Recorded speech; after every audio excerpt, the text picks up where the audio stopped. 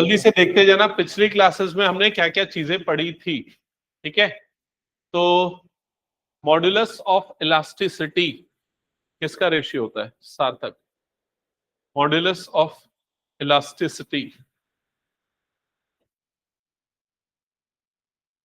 Stress क्या होता है, स्ट्रेन क्या होता है, किसको किसको पता है? चलो एक एक काम करते पूछते जाते हैं। स्ट्रेस, हाँ दृष्टि, स्ट्रेस फोर्स अपॉन एरिया। एकदम शॉर्ट में तो ध्यान में रखो ताकि आप क्वेश्चन कराऊंगा तो बन पाए। स्ट्रेस क्या होता है? Force upon area. स्ट्रेन क्या होता है? स्ट्रेन, स्ट्रेन क्या होता है वसुधा? नहीं, स्ट्रेन क्या होता है? हाँ लक्ष्य,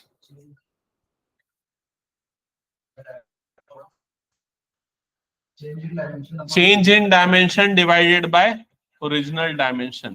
तो डेल एल अपॉन एल, अगर लेंथ की बात कर रहे हैं, वॉल्यूम की बात कर रहे हैं तो क्या हो जाएगा? Del V upon V. तो ये होता है स्ट्रेस, ये होता है strain.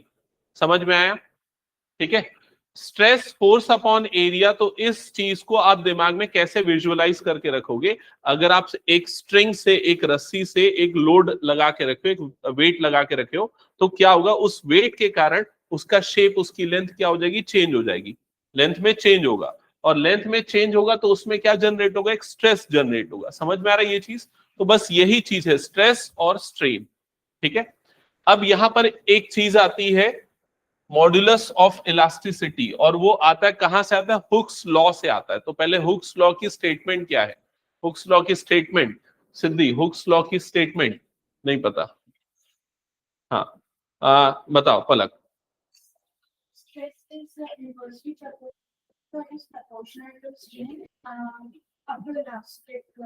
Correct, correct. Stress is proportional to strain up to the elastic limit. Stress is proportional to strain. ठीक है, तो कितना स्ट्रेस होगा वो डिपेंड करेगा कितना स्ट्रेन हुआ है। स्ट्रेन का मतलब डिफॉर्मेशन, कितना चेंज हुआ है। ठीक है, और अगर ये प्रोपोर्शनैलिटी का सिंबल हटाते हैं तो स्ट्रेस इज इक्वल टू क्या हो जाता है? के टाइम्स स्ट्रेन। क्या ये क्लियर हो गया? और के की वैल्यू क्या होती है यहां पर? Stress divided by strain. क्या ये क्लियर हो गया? ये सबसे इंपॉर्टेंट चीज है। के क्या होता है? Stress divided by strain. और के को क्या बोलते हैं? Modulus of elasticity. ठीक है, अगर के की वैल्यू ज्यादा है, अगर के की वैल्यू ज्यादा है तो मतलब उस बॉडी का मॉड्यूलस ऑफ इलास्टिसिटी ज्यादा है, मतलब कि उस बॉडी को ज्यादा इलास्टिक बोला जाएगा। के की वैल्यू कम है तो वो बॉडी या वो मटेरियल क्या हो जाएगा? लेस इलास्टिक हो जाएगा। क्या यहां तक की चीजें क्लियर हो गई? ठीक है, अब हमने टाइप्स ऑफ स्ट्रेन और टाइप्स ऑफ स्ट्रेस पढ़ा था। एक बार जल्दी से मैं थोड़ा रिवाइज कराता हूं, नहीं तो फिर ना बहुत सारे लोगों को पता ही नहीं है, फिर बार बार पूछते रहूंगा क्या मतलब रहेगा। ठीक है, तो यहां पर देखो टाइप्स ऑफ स्ट्रेस हमने देखा था। तो सबसे पहला कौन सा था? टेंसाइल।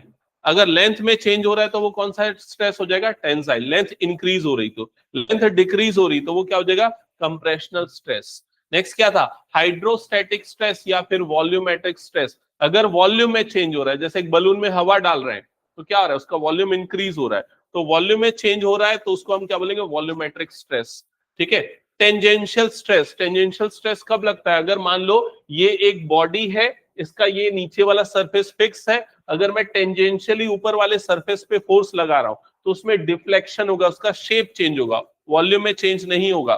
तो ऐसे स्ट्रेस को हम क्या बोलते हैं? Tangential stress. क्या ये क्लियर हो गया?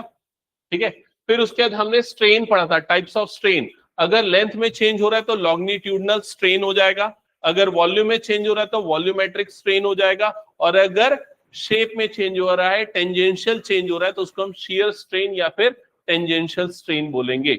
ठीक है, और इन्हीं स्ट्रेस और स्ट्रेन के ऊपर डिपेंड करता है बल्क मॉड्यूलस ऑफ इलास्टिसिटी, के की वैल्यू। ठीक है, तो इधर पे ध्यान देना, जो के हमने अभी डिस्कस किया था, इसकी तीन तरह की वैल्यू होंगी। सबसे पहले को हम क्या बोलेंगे? Young's modulus. ठीक है, यंग्स मॉडुलस में वही स्ट्रेस अपॉन स्ट्रेन ही होगा, लेकिन स्ट्रेस कौन सा हो जाएगा? Longitudinal stress upon longitudinal strain. मतलब यहां क्या चीज चेंज हो रही है? लेंथ चेंज हो रही है। क्लियर? फिर उसके बाद लास्ट क्लास में हमने कौन सा मॉडुलस पढ़ा था? Bulk modulus. बल्क मॉडुलस को हम यूजुअली किससे डिनोट करते हैं? बी से। ठीक है, ये इसके बाद आया था, शायद मैंने इसमें पीपीटी में नहीं होगा, मैंने लिखाया था। बल्क मॉडुलस को हम किससे डिनोट करते हैं? बी से।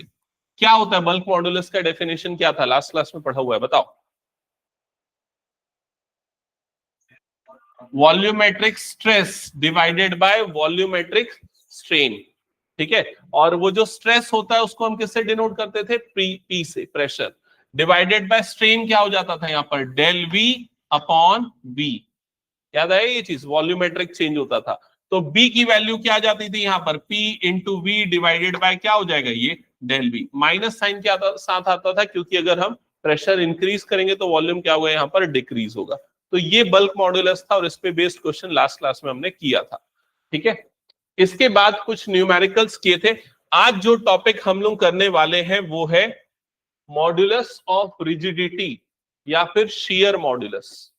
तो लिखो, हेडिंग डालो, मॉडुलस ऑफ रिजिडिटी या फिर shear modulus. Modulus of rigidity या फिर शियर मॉडुलस।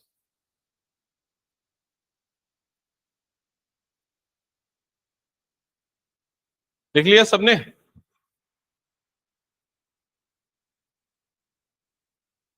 तो जैसे ये अगर मान लो एक बुक रखी है, यहां से मैं टेंजेंशियली इस बुक पे फोर्स लगाता हूं, तो फोर्स लगाऊंगा तो इसका वॉल्यूम चेंज हुआ क्या? नहीं।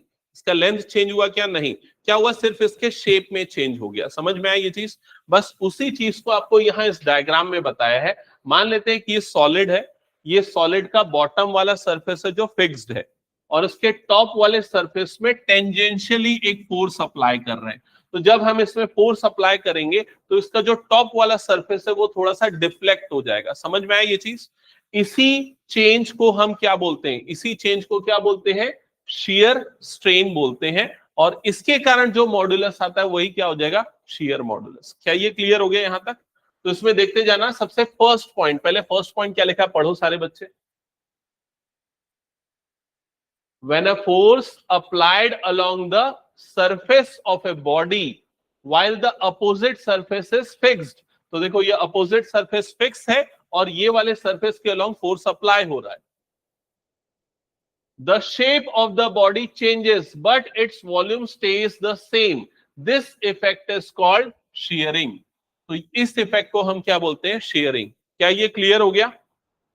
सेकेंड पॉइंट क्या लिखा हुआ है? पढ़ना सिद्धि, पढ़ना ध्यान से। चलो सिद्धि बोल के पढ़ो।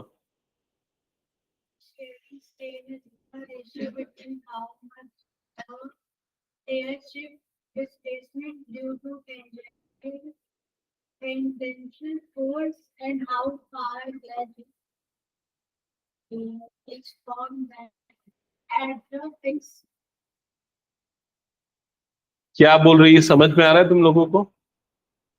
तो एक बार तुम लोग भी पढ़ो खुद से। क्या लिखा? The shearing strain. क्या है शेयरिंग स्ट्रेन? ये बता रहा है, it is the ratio between how much a layer shifts और displace due to tangential force. तो देखो यहाँ दो लेयर है, एक ये फिक्स्ड लेयर है और दूसरा ये शिफ्ट होने वाली लेयर है।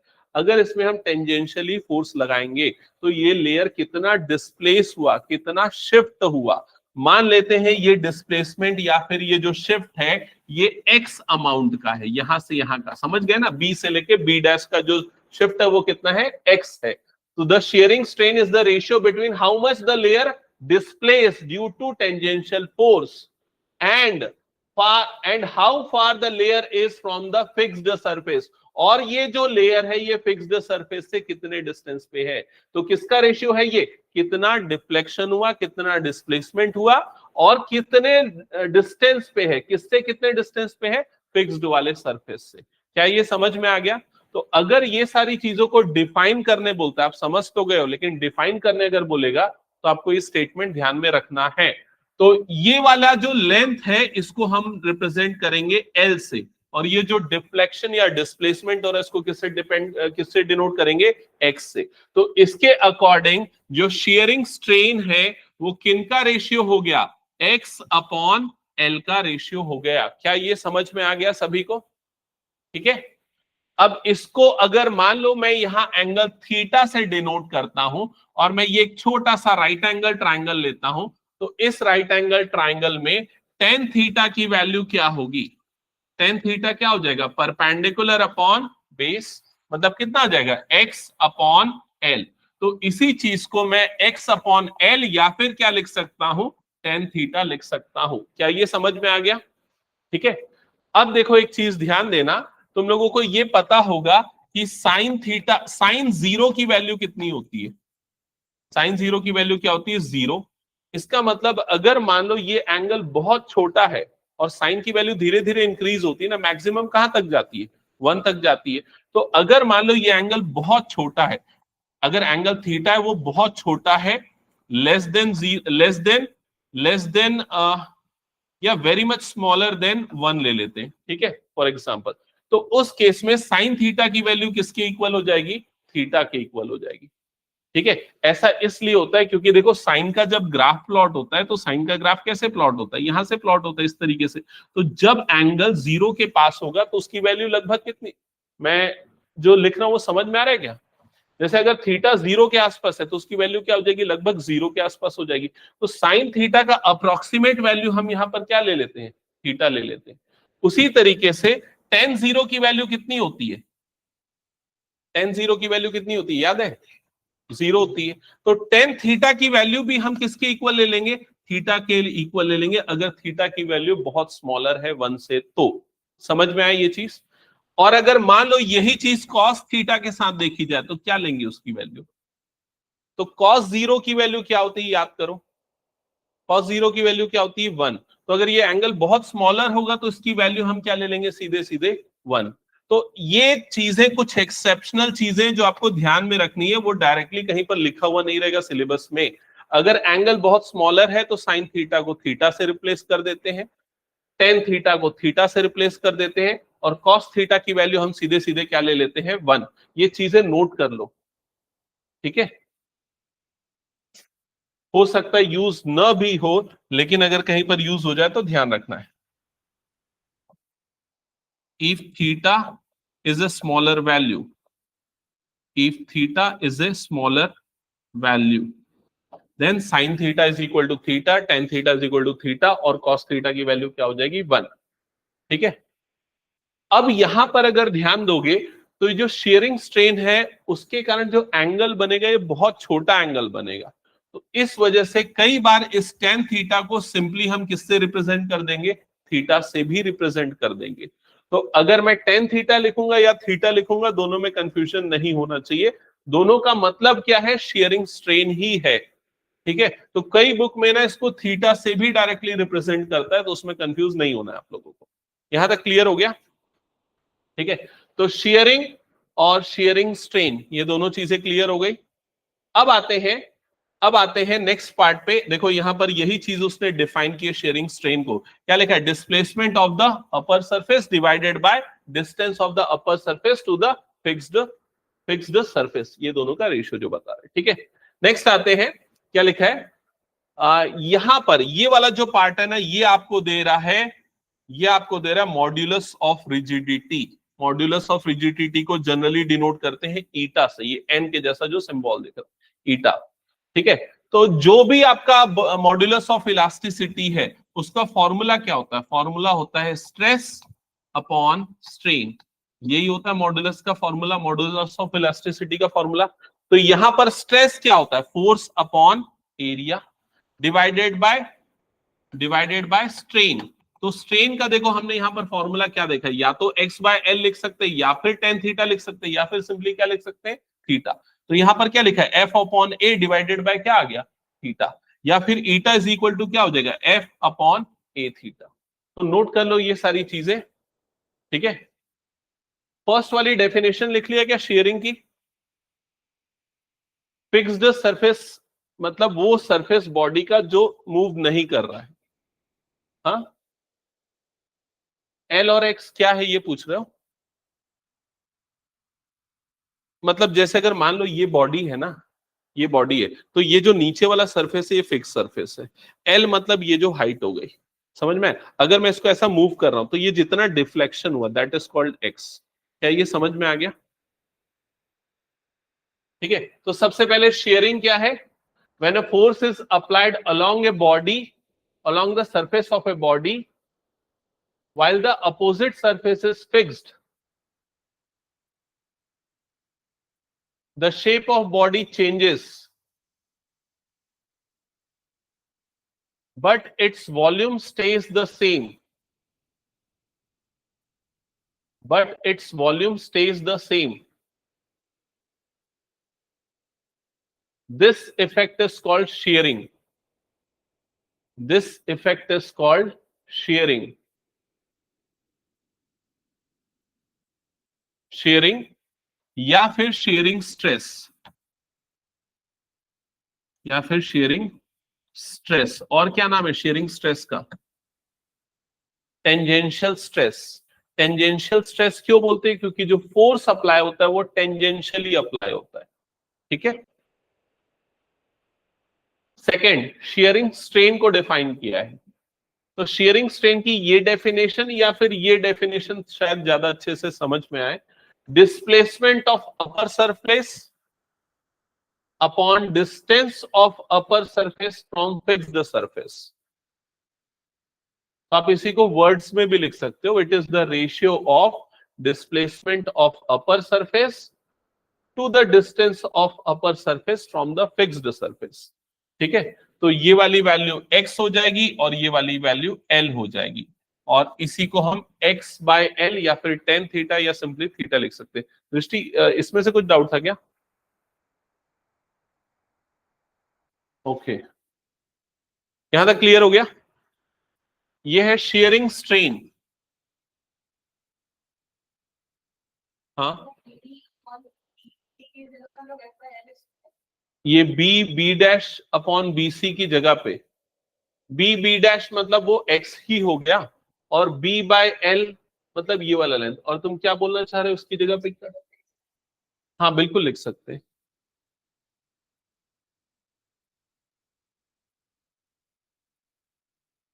ठीक है, ये हो गया.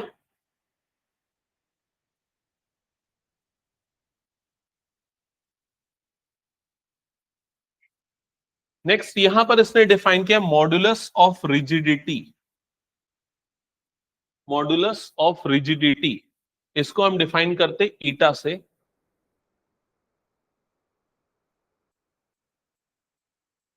इसके पहले हमने और दो टाइप के मॉडुलस देखे थे, यंग्स मॉडुलस और क्या था, बल्क मॉडुलस. सारे के सारे मॉडुलस मॉडुलस ऑफ इलास्टिसिटी ही है, बट अलग अलग टाइप के स्ट्रेस और स्ट्रेन में लगता है. तो ये लग रहा है, ये किस में लग रहा है? शियर स्ट्रेस और शियर स्ट्रेन में. तो यहां पर आ जाएगा force upon area divided by theta, तो F अपॉन ए थीटा. अगर आप इसको x और l के टर्म्स में लिखोगे तो क्या बनेगा? ये F upon A divided by ये क्या बन जाएगा? x अपॉन l हो जाएगा. समझ में आ रहा है ये चीज? या फिर आप इसको क्या लिख सकते हो? F into L divided by x into A. तो ये जितने भी फॉर्म्स में लिखा जा सकता है आपको ध्यान में रखना है, सो दैट अगर क्वेश्चन में कोई एक फॉर्म यूज होगा तो आपको बनना चाहिए.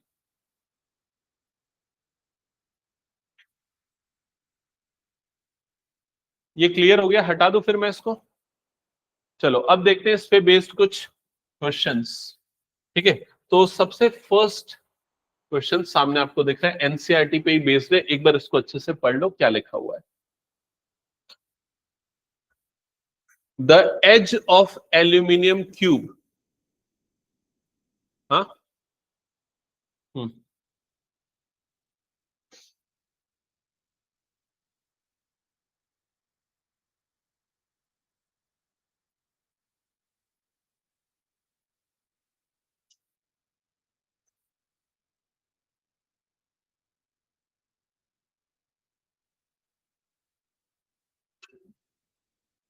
हटा दो. ओके, तो देखो फर्स्ट क्वेश्चन एनसीईआरटी का ही क्वेश्चन है, एक बार पढ़ना क्या लिखा है. The edge of aluminium cube is 10 centimetre long. तो क्यूब है मतलब सारे साइड्स क्या हो जाएंगे? इक्वल. उसकी लेंथ गिवन है 10 सेंटीमीटर एक साइड की. One face of the cube is firmly fixed with A vertical wall. तो उसके एक फेस को वर्टिकली फिक्स कर दिया वॉल से. इमेजिन कर पा रहे हो ना? ये आगे क्या लिखा हुआ है? A mass of 100 kg is then attached to opposite face of the cube. इस चीज को इमेजिन करो जैसे कि अगर मान लो ये एक क्यूब है, इस तरीके से क्यूब है, इस क्यूब को हमने वॉल से अटैच कर दिया, ठीक है, तो ये अटैच्ड वाला फेस है वॉल से और ये उसका अपोजिट फेस है। इस फेस पे क्या लगाया, 100 kg का मास लगाया, तो क्या होगा, ये कुछ इस तरीके से डिफ्लेक्ट होगा। समझ में आ रहा है ये चीज? ठीक है, तो यही चीज इसने पूरा डिस्क्राइब किया यहां तक क्वेश्चन में।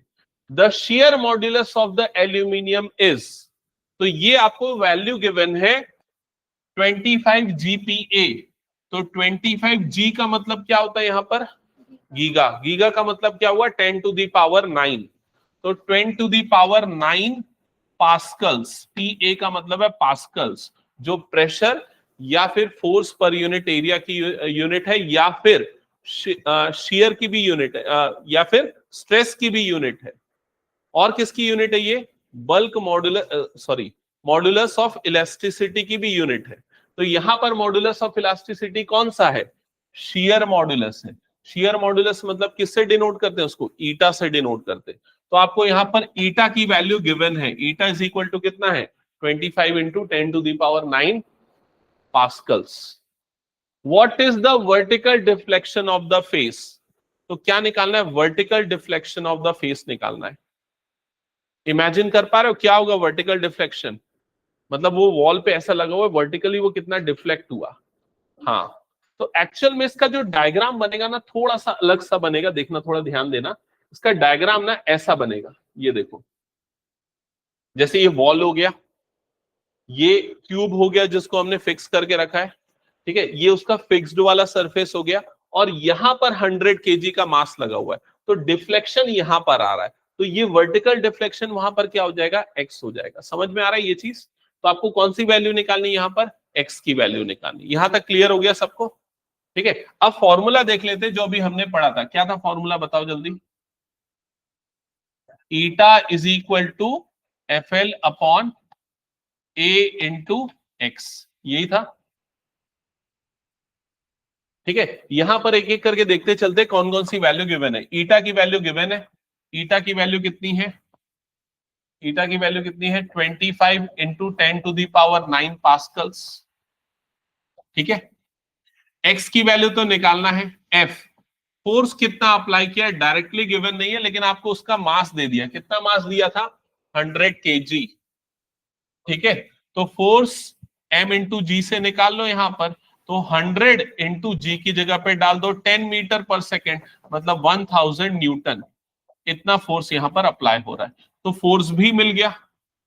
ठीक है, अब इसका एरिया कितना होगा, एरिया, तो ये क्यूब दिया हुआ है, क्यूब है मतलब इसका एरिया क्या होगा, एल स्क्वायर के सीधे सीधे इक्वल होगा।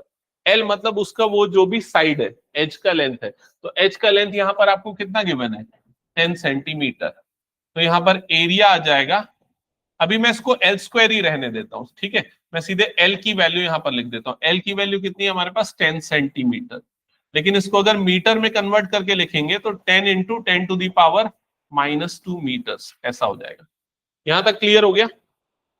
अब सारी वैल्यू को पुट कर देते हैं यहां पर, तो ईटा के प्लेस पे आ जाएगा 25 into 10 to the power 9, force आ जाएगा 1000 न्यूटन, मतलब 10 to the power 3। एल के प्लेस पे एल आ जाएगा, ए एरिया के प्लेस पे एल स्क्वायर लिख दो, इंटू एक्स लिख दो। अभी मैंने एल इसलिए पुट नहीं किया क्योंकि पहले इन दोनों को काट देते हैं, सिंप्लीफाई हो जाएगा, फिर वैल्यू पुट कर देंगे। समझ गए ये? तो यहां पर ये वाली टर्म्स एक एल और एक एल कट गया, इसको इधर क्रॉस मल्टीप्लाई कर दो और ये वाले एक्स को उधर पे ट्रांसफर कर दो, तो आपको x इज इक्वल टू क्या मिल जाएगा, 10 to the power 3 divided by 25 into 10 to the power 9 into L हो जाएगा। अब एल की वैल्यू पुट करो, कैलकुलेशन करो और बताओ क्या आ रहा है एक्स का value. 4 into 10 to the power minus, L की value 10 into 10 to the power -2 रख रहे होगे ना। एक काम करते हैं, चेक कर लो इधर, 25 वन सा 25 फोर सा, ये कट जाएगा, ये एक 10 और ये एक 10 कट जाएगा, और इधर पे आ जाएगा 4 इंटू 10 to the power, अच्छा नीचे में क्या बच गया, 10 to the power 7 हो गया ना, -2 और +9 मतलब 7। जब ये न्यूमरेटर में जाएगा तो 4 × 10⁻⁻⁴ कितना हो जाएगा, -7 मीटर्स। तो इतना वर्टिकल डिफ्लेक्शन होगा। यही आया क्या आंसर, चेक कर लो एक बार।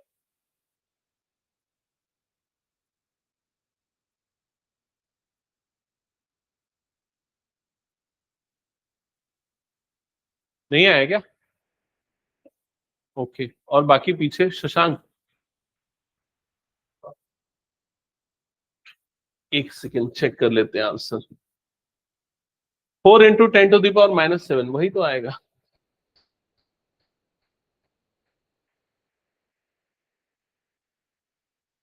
आ रहा है क्या समझ में कैलकुलेशन? हटा दूं ये क्वेश्चन फिर मैं? चलो नेक्स्ट क्वेश्चन, इसको तुम लोग ट्राई करो एक बार खुद से।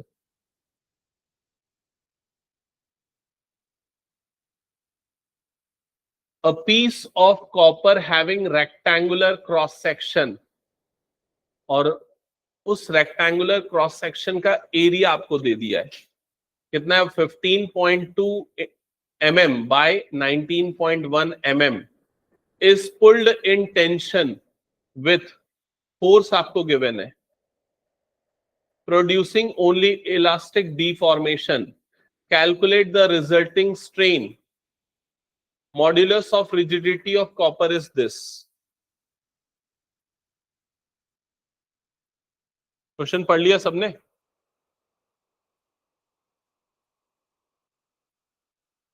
पहले मैं एकदम सिंपल चीज पूछता हूं, मिलीमीटर को मीटर में कन्वर्ट करने के लिए क्या करते हैं बताओ? 10⁻⁴ क्या लगाते हैं? कॉन्फिडेंटली बोलो ना, क्या लगाते हैं? 10⁻⁻3। 1 millimetre is equal to 10⁻⁻3 metre. ये क्लियर हो गया? अब इमेजिन करो कि वो जो भी कॉपर है उसका शेप कैसा है, रेक्टेंगुलर क्रॉस सेक्शन है। रेक्टेंगुलर क्रॉस सेक्शन मतलब ऐसा कुछ दिख रहा है, समझ रहे हो ना ये? और क्रॉस सेक्शन का मतलब ये वाला पार्ट की बात कर रहा हूं। क्रॉस सेक्शन मतलब ये वाला हिस्सा, ये उसका क्रॉस सेक्शन हुआ। ये रेक्टेंगुलर है, ठीक है? तो वो जो फॉर्मूला हमने पढ़ा था, अच्छा फॉर्मूला कौन सा लगना है? अभी जैसे मैं मॉड्यूलस ऑफ रिजिडिटी पढ़ा रहा हूं तो आपको पता है वही वाला फॉर्मूला लगा रहा है, ईटा वाला।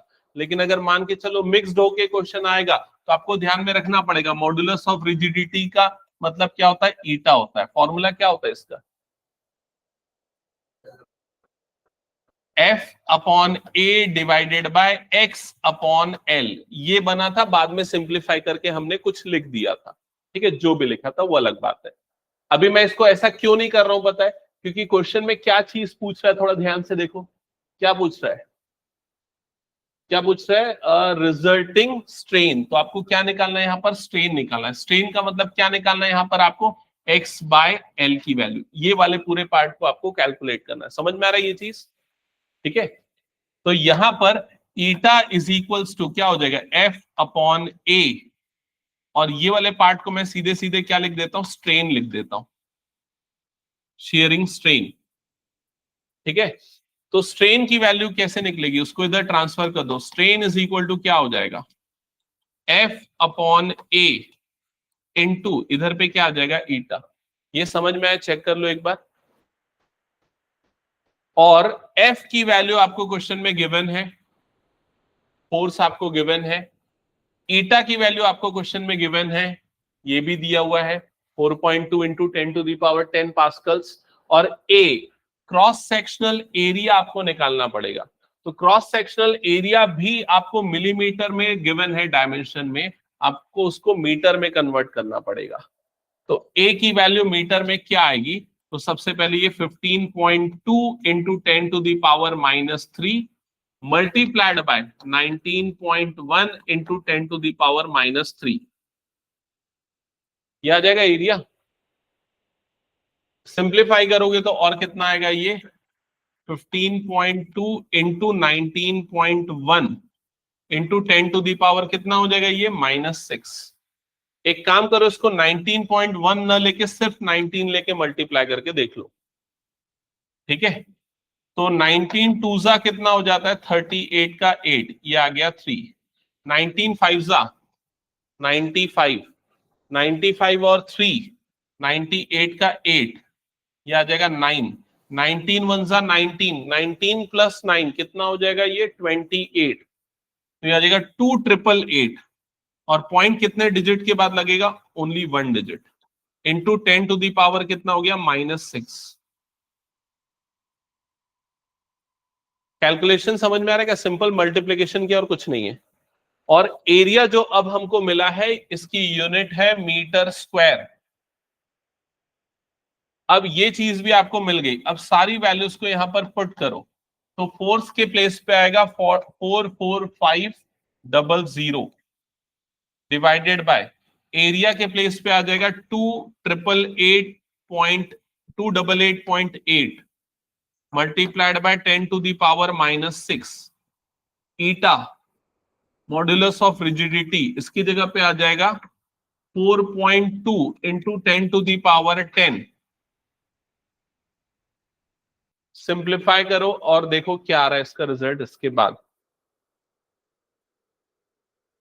ये वाला 10 का पावर -6 और 10 का पावर 10, तो 10 - 6 10 का पावर 4 बन जाएगा।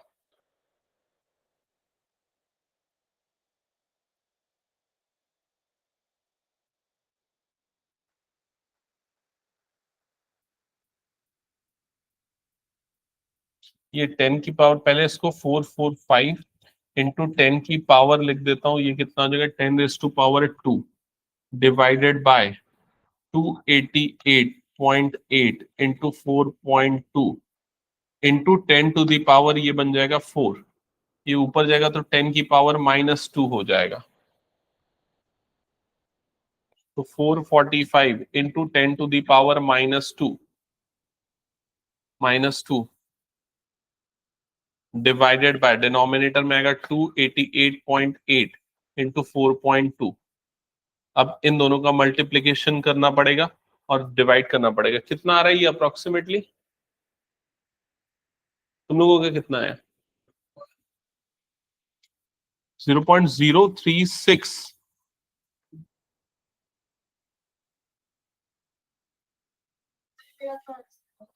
क्या आ रहा है? पॉइंट लेकर मल्टीप्लाई किया था तो मेरा 90.8 आया। हाँ, तो मेरा 288 आया, ज्यादा कोई डिफरेंस नहीं है। इसको इससे मल्टीप्लाई किया तो कितना आया 1218। हाँ ठीक है, 1218 या 1212 ठीक है, चलेगा। फिर उसके बाद ये वाले टर्म्स को डिवाइड करना पड़ेगा, लेकिन 0.34 डिजिट तक जाएगा जीरो। एक बार चेक करो आंसर फाइनल क्या आना चाहिए। मेरे पास इसमें है नहीं आंसर, ये एनसीईआरटी का ही क्वेश्चन है, लेकिन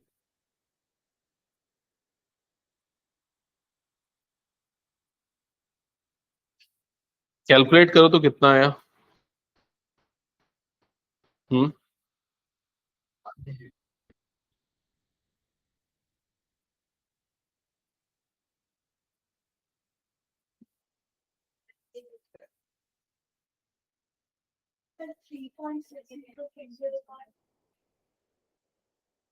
10 टू द पावर -7 तक तो नहीं आ रहा है। अच्छा, इसमें इसमें मैंने लिखा है कि शायद, एक सेकेंड,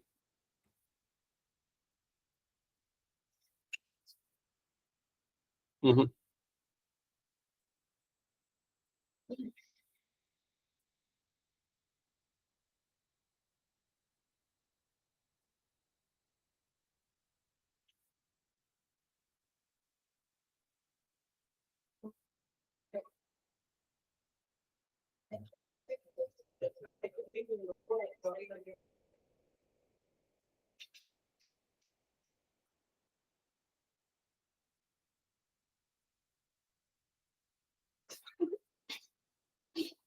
इसका एग्जैक्ट आंसर है 3.69 इंटू 10 टू द पावर -4,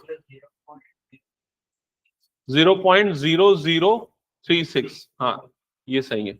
या तो इसको लिखो 0.0036, या फिर आप लिख सकते हो 3.6 इंटू 10 टू द पावर -4। ये दोनों में से कोई भी एक चेक करो। हाँ, इधर इधर ध्यान दो। ठीक है, हो जाएगा ये कैलकुलेशन? नहीं हो पाएगा?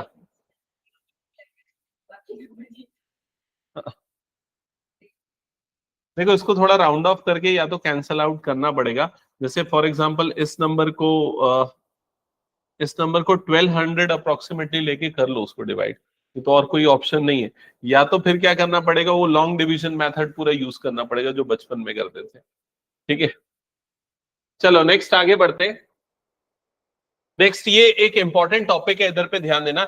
Elastic behaviour of wire under the increasing load. Wire का जो इलास्टिक बिहेवियर होगा अंडर द इंक्रीजिंग लोड वो कैसा होगा। ठीक है, तो सबसे पहले ये बताओ, हुक्स लॉ जो हमने पढ़ा था वो क्या बोलता है? Stress is proportional to strain, ठीक है, अप टू इलास्टिक लिमिट। तो उसके लिए हम स्ट्रेस और स्ट्रेन का ग्राफ बनाएंगे। स्ट्रेस का सीधा सीधा मतलब है कितना फोर्स लग रहा है, स्ट्रेन का मतलब कितना डिफॉर्मेशन या कितना एलोंगेशन हो रहा है। जैसे कि अगर मान लो एक रबर से आप एक लोड को अटैच करके नीचे छोड़ के रखे हो, तो उसमें जितना एलोंगेशन होगा वो किसके प्रोपोर्शनल होगा? जितना लोड लग रहा है। लोड जैसे जैसे बढ़ते जाएगा एलोंगेशन भी उसका बढ़ता जाएगा। तो स्ट्रेस और स्ट्रेन दोनों एक दूसरे के क्या होंगे? प्रोपोर्शनल होंगे। ठीक है, लेकिन कब तक? इलास्टिक लिमिट तक, एक लिमिट तक। क्लियर हो गया ये चीज? तो जब इसका ग्राफ प्लॉट किया गया स्ट्रेस और स्ट्रेन का, तो जैसे जैसे फोर्स बढ़ाते गए वैसे वैसे डिफॉर्मेशन इसका चेक करते गए, तो ग्राफ ऐसा कुछ बना। अब इस ग्राफ का ही एनालिसिस हम देखेंगे। तो सबसे पहला पॉइंट क्या लिखा है, इसको पढ़ो। OA is a straight line, और यहां पर कौन सा लॉ फॉलो होता है? Hooke's law. तो ये O से A तक, O से A तक, यहां तक, इस पॉइंट तक स्ट्रेस और स्ट्रेस क्या है? स्ट्रेन के प्रोपोर्शनल है, और हुक्स लॉ फॉलो हो रहा है। एक काम करो, फिगर ड्रॉ करो, साथ में लिखते जाना। ठीक है, और एक एक पॉइंट को समझते जाना। पहले फिगर ड्रॉ कर लेना, स्ट्रेस स्ट्रेन कर्व।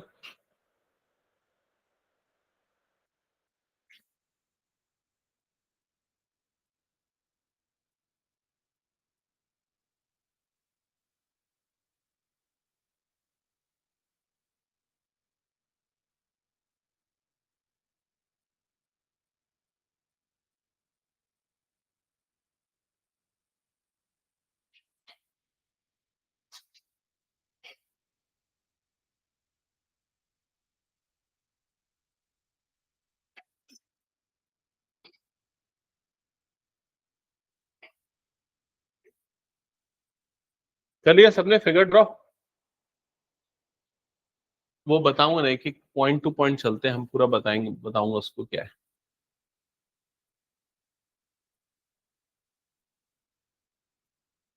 दिमाग में ना ये चीज बिल्कुल क्लियर रखना, स्ट्रेस का मतलब क्या? फोर्स पर यूनिट एरिया, या इनडायरेक्टली सिर्फ फोर्स भी अगर दिमाग में रखोगे तो विजुअलाइज करना आसान होगा। और स्ट्रेन का मतलब क्या? डिफॉर्मेशन कितना हुआ है, कितना एलोंगेशन हुआ है अगर वायर है तो, कितना वॉल्यूम चेंज हुआ है अगर सॉलिड है तो, वो डिफॉर्मेशन को बताता है। ठीक है, तो पहला लाइन सबको क्लियर हुआ। ओ ए क्या बन रहा है? एक स्ट्रेट लाइन बन रहा है, यहां से लेके, ये ड्रॉ कर लिया ना सबने? First point, OA is a straight line, Hooke's law follow हो रहा है, स्ट्रेस प्रोपोर्शनल है किसके? स्ट्रेन के। इमेजिन करो अगर आपने एक रबर से लोड को अटैच करके रखा हुआ है, तो इलास्टिक लिमिट तक क्या होगा? वो दोनों प्रोपोर्शनल होगा। क्लियर? अब एक सर्टेन लिमिट क्रॉस होगी, ठीक है, जैसे पॉइंट ए पे आ गया, तो पॉइंट ए एक पर्टिकुलर लिमिट है, इस लिमिट को क्या बोलते हैं? Limit of proportionality. तो ए वो लिमिट है जब तक ये दोनों प्रोपोर्शनल होंगे, ए के बाद स्ट्रेस और स्ट्रेन प्रोपोर्शनल नहीं होंगे। इसलिए पॉइंट ए को क्या बोलेंगे? Limit of proportionality. ये वर्ड ध्यान में रखना, क्योंकि ये 1 मार्क में डायरेक्ट आता है ना। ठीक है, इस पे बेस्ड एमसीक्यूज। सेकेंड, इसके बाद क्या लिखा? Beyond A the graph is curve. The graph curves, मतलब पॉइंट ए के बाद जो ग्राफ है वो कैसा बन जाता है? कर्व बन जाता है। तो देखो ये एक छोटा सा कर्व बना हुआ, देखो क्लियर हो गया ये चीज? अगला पॉइंट क्या लिखा है? Point B. पॉइंट बी जो है, या स्ट्रेस एट बी, इस पॉइंट को क्या बोलेंगे हम? Elastic limit. पॉइंट बी हो गया इलास्टिक लिमिट। तो इलास्टिक लिमिट हमने पहली क्लास में ही डिफाइन किया था। क्या होता है इलास्टिक लिमिट? याद है इलास्टिक लिमिट क्या होता है? किसी भी चीज को उस लिमिट तक खींचना कि जिसके बाद वापस वो अपनी ओरिजिनल पोजीशन पे आ जाए, ओरिजिनल शेप रीगेन कर ले, उस लिमिट को इलास्टिक लिमिट बोलते हैं। उस लिमिट से ज्यादा खींच दोगे तो अपनी ओरिजिनल शेप को रीगेन नहीं कर पाएगा, तो इलास्टिक लिमिट के बाहर हो गया। तो ये पॉइंट वो लिमिट है जब तक वो अपने ओरिजिनल शेप को रीगेन करेगा। क्या ये क्लियर हो गया सबको? क्या कर रहे हो तुम लोग? इधर ध्यान दो सिद्धि। फिर उसके बाद क्या लिखा है? रीजन ओ से लेके बी। ये ओ से लेके बी तक का जो रीजन है, इस रीजन को क्या बोलेंगे? इलास्टिक रीजन, क्योंकि यहां पर वो अपने शेप को रीगन कर रहा है इस पूरे रीजन में, किसी भी लिमिट पे अगर आ रहा है तो। ठीक है, इलास्टिक रीजन। क्या ये क्लियर हो गया सबको? नेक्स्ट पॉइंट क्या लिखा है? After B wire length increases fast. तो पॉइंट बी के बाद वायर की लेंथ जो है बहुत तेजी से इंक्रीज होगी। ठीक है, बी के बाद वो एकदम ड्रास्टिकली इंक्रीज हो जाएगी। तो यहां आपको इंक्रीज देखने को मिल रहा है ना, ये वही बता रहा है। फिर क्या बोल रहा है? At C wire doesn't return to original length. C के बाद वो अपनी ओरिजिनल लेंथ पे रिटर्न नहीं कर पाएगा। And permanent strain at O dash, C is called yield point. अब इसका मतलब समझना क्या है? जब आप पॉइंट सी पे पहुंचोगे, जैसे अगर मान लो आपके पास एक इलास्टिक है, आपने उसको खींचा, ठीक है, एक लिमिट से ज्यादा जब खींच दिया तो क्या होगा? वो स्ट्रेच्ड हो जाएगा परमानेंटली। अब वो अपने ओरिजिनल शेप पे नहीं आएगा। समझ में आ रहा है ये चीज? अब क्या होगा? अगर आप उसको रिलीज भी करोगे तो रिलीज करने के बाद थोड़ा सा वो स्ट्रेच्ड रहेगा। समझ में आ रहा है ये चीज? तो वही बोल रहा है कि जब तक आपने सी तक खींचा, तो सी तक खींचने के बाद क्या होगा? परमानेंट स्ट्रेन क्रिएट हो जाएगा। और वो परमानेंट स्ट्रेन कैसा होगा, कितना होगा? तो ये इसने बताया, ग्राफिकली समझाया है कि अगर मान लो इसके पैरेलल एक लाइन बनाएंगे तो ये पैरेलल लाइन जहां पर कट करेगी स्ट्रेन को, तो उतना स्ट्रेन आ जाएगा। समझ गए? अगर आपके पास मान लो एक इलास्टिक है, उसकी लेंथ है मान लो 5 मीटर, आपने उसको इस लिमिट तक स्ट्रेच कर दिया और उसकी लेंथ बढ़ के हो गई मान लो 10 मीटर फॉर एग्जांपल। जब आप रिलीज करोगे तो हो सकता है वो 2 मीटर का और एक्स्ट्रा स्ट्रेन शो करे, हो सकता है वो 7 मीटर की लेंथ पे आ जाए। तो इस लेंथ को ही हम क्या बोलते हैं? इस पॉइंट को ही हम क्या बोलते हैं? Yield point. और ये जो एक्स्ट्रा स्ट्रेन आया वो परमानेंट हो गया। क्या ये क्लियर हो गया सबको? ठीक है, फिर क्या लिखा है? ये वर्ड्स ध्यान में रखना ना। यील्ड पॉइंट क्या होता है? यील्ड पॉइंट जब इलास्टिक अपनी परमानेंट स्ट्रेन पे आ जाएगा। ठीक है, एक परमानेंट स्ट्रेन डेवलप हो जाएगा उसमें। फिर क्या लिखा है? बियॉन्ड सी, मतलब जब आप सी से आगे जाओगे, लेंथ इंक्रीजेस रैपिडली, तो उसके बाद लेंथ और रैपिडली इंक्रीज होगा। Beyond C length increases rapidly. At D stress is maximum. तो देखो स्ट्रेस मतलब वाई एक्सिस, तो डी वाला पॉइंट देखो सबसे ऊपर है, इसका मतलब इस पॉइंट पे स्ट्रेस सबसे ज्यादा है। स्ट्रेस का मतलब क्या? फोर्स। तो पॉइंट डी पे फोर्स क्या हो गया? सबसे ज्यादा हो गया। क्या ये क्लियर हो गया? And wire becomes thin. तो जैसे कल पूछ रही थी, पलक ने पूछा था ना शायद, कि जब हम स्ट्रेच करेंगे तो उसकी थिकनेस पे इफेक्ट आएगा, एक सर्टेन लिमिट एक्सटेंड कर जाएगी तब। समझ में आ रहा है ये चीज? नहीं तो हम यूजुअली कैलकुलेशन में उसको इग्नोर कर देते हैं। ठीक है, तो जैसे जैसे वो स्ट्रेच होगा एकदम मैक्सिमम लिमिट पे चला जाएगा तो वायर थिन हो जाएगा। आफ्टर रिड्यूसिंग द लोड, उस पॉइंट के बाद अगर आप लोड को रिड्यूस भी कर दोगे तब भी उसकी लेंथ अपने आप बढ़ने चालू हो जाएगी। एक लिमिट आती है ना, उसके बाद आपने उसको इतना ज्यादा खींच दिया कि अगर आप लोड को कम भी करने जाओगे तब भी वो अपने आप फॉल करना चालू कर जाएगा। ठीक है, अगर आपने कभी इस तरह की सिचुएशन देखी हो या इमेजिन की हो, प्रैक्टिकली अभी दिखा पाना तो मुश्किल है, लेकिन अगर एक सर्टेन लिमिट तक आपने स्ट्रेच कर दिया, फिर उसके बाद अगर आप लोड कम भी करते जाओगे तो भी वो थिन इतना ज्यादा हो जाएगा कि और नीचे उसका एक्सटेंशन चालू हो जाएगा। तो वही बोल रहा है, it keeps on thinning and breaks at E. तो ये थिन होता जाएगा और एक पर्टिकुलर पॉइंट पे वो क्या हो जाएगा? ब्रेक हो जाएगा। कौन से पॉइंट पे जाके? ई वाले पॉइंट पे। ठीक है, तो इसी पॉइंट को कौन सा पॉइंट बोलेंगे? Breaking point. Maximum stress before breaking point is maximum stress before breaking is called breaking stress या अल्टीमेट स्ट्रेस। तो पॉइंट ई पे जो स्ट्रेस होगा उस स्ट्रेस को हम ब्रेकिंग स्ट्रेस या फिर अल्टीमेट स्ट्रेस बोलेंगे।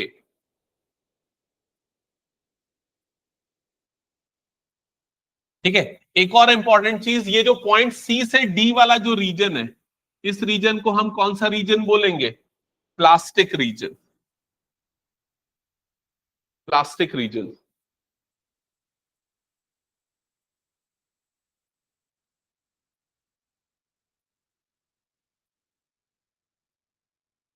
यहां तक हो गया? अब चलो एक एक करके देखते हैं। ओ से बी तक का रीजन कौन सा रीजन है? ओ से बी तक का रीजन कौन सा रीजन है? Elastic reason. सी से डी का रीजन कौन सा रीजन है? Plastic reason. डी से ई वो कौन सा हो गया? Breaking region. उसके बाद वो क्या हो जाता है? ब्रेक हो जाता है। और बी से सी कौन सा रीजन होगा? बी से सी में ये इलास्टिक से किस में कन्वर्ट होगा? प्लास्टिक में कन्वर्ट होगा। समझ में आ रहा है ये चीज? पॉइंट को एक एक करके देखते चलते। पॉइंट ए कौन सा पॉइंट है? Limit of proportionality. इस पॉइंट तक वो प्रोपोर्शनल होगा। पॉइंट बी कौन सा पॉइंट है? इलास्टिक लिमिट वाला पॉइंट है। ठीक है। पॉइंट सी कौन सा पॉइंट है? पॉइंट सी कौन सा पॉइंट है? यील्ड पॉइंट है। यील्ड पॉइंट कौन सा पॉइंट होता है? जब परमानेंट स्ट्रेन डेवलप हो जाएगा। ठीक है। नेक्स्ट, पॉइंट डी कौन सा पॉइंट है? मैक्सिमम स्ट्रेस वाला पॉइंट है। पॉइंट ई कौन सा पॉइंट है? ब्रेक पॉइंट है। ठीक है, ब्रेकिंग पॉइंट है या ब्रेकिंग स्ट्रेस वाला पॉइंट है। क्या ये क्लियर हो गया? तो बहुत सारे क्वेश्चन डायरेक्टली इसमें आते हैं, ध्यान में रखना है। ठीक है। अच्छा, अगर आपको स्ट्रेस स्ट्रेन कर्व बनाना है, स्ट्रेस स्ट्रेन कर्व बनाना है with in elastic limit, with in elastic limit, तो वो कर्व कैसा दिखेगा? थोड़ा इमेजिन करो। स्ट्रेस स्ट्रेन कर्व बना रहे हो विद इन इलास्टिक लिमिट, तो वो कर्व कैसा दिखेगा? ऐसा दिखेगा, स्ट्रेट लाइन, या फिर ऐसा होगा, या फिर ऐसा होगा। इसी टाइप का होगा stress strain curve. X axis में क्या होगा बताओ जल्दी? स्ट्रेन। वाई एक्सिस में क्या होगा बताओ? स्ट्रेस। ठीक है। अच्छा, ये के याद है ना? के क्या होता है? Modulus of elasticity. ये किसका रेशियो होता है? Stress upon strain. Stress divided by strain. समझ में आ रहा है ये चीज? स्ट्रेस का मतलब वाई एक्सिस, स्ट्रेन का मतलब एक्स एक्सिस। वाई और ये क्या हो गया? X axis. तो ये जो रेशियो होता है ना, इसी को हम क्या बोलते हैं? इसी को हम बोलते हैं, इसका क्या बोलते हैं? नहीं, अरे मैथ्स में कौन सा वर्ड यूज करते हैं? स्लोप। इसी को हम क्या बोलते हैं? स्लोप। तो K is slope of stress strain curve. Stress strain curve. Slope हम जनरल लैंग्वेज में भी यूज करते हैं ना। स्लोप मतलब ढलान, कितनी ज्यादा ढलान है, कितनी कम ढलान है। ठीक है। तो ये बताओ, ये मैंने 3 लाइंस बनाई है, किसका स्लोप ज्यादा है? ये 1, ये 2, ये 3, किसका स्लोप ज्यादा है बताओ? 1 का स्लोप सबसे ज्यादा है, 3 का स्लोप सबसे कम है। तो जिसका स्लोप ज्यादा है उसका के मतलब मॉड्यूलस ऑफ इलास्टिसिटी क्या होगा? ज्यादा होगा। और जिसका मॉड्यूलस ऑफ इलास्टिसिटी ज्यादा होगा वो मटेरियल ज्यादा इलास्टिक होगा। इलास्टिक जैसे कि स्टील, स्टील ज्यादा इलास्टिक है क्योंकि उसके लिए मॉड्यूलस ऑफ इलास्टिसिटी क्या होगी? ज्यादा होगी। समझ में आया ये चीज? इस पे बेस्ड क्वेश्चन आता है। मैं एक एग्जांपल के लिए दिखा रहा हूं। ये नोट किया क्या? हटाओ क्या 1 मिनट? अगर बच गया तो कोई बात नहीं, अभी दोबारा से मैं स्लाइड को लाऊंगा तब नोट कर लेना। ठीक है। एक एनसीईआरटी पे ही बेस्ड क्वेश्चन है, एक बार देखना। ये क्वेश्चन जो आपको सामने दिख रहा है, आपको 2 कर्व दिख रहे हैं, स्ट्रेस स्ट्रेन कर्व है। एक मटेरियल ए है, दूसरा मटेरियल बी है। और इसमें क्या लिखा हुआ है पढ़ो।